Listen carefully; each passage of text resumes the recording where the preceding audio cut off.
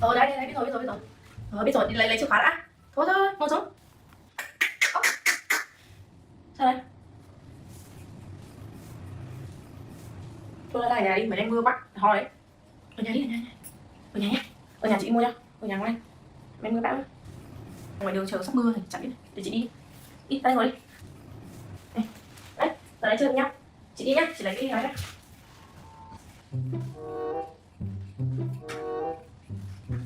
Nha, ở nhà ngoan nhá.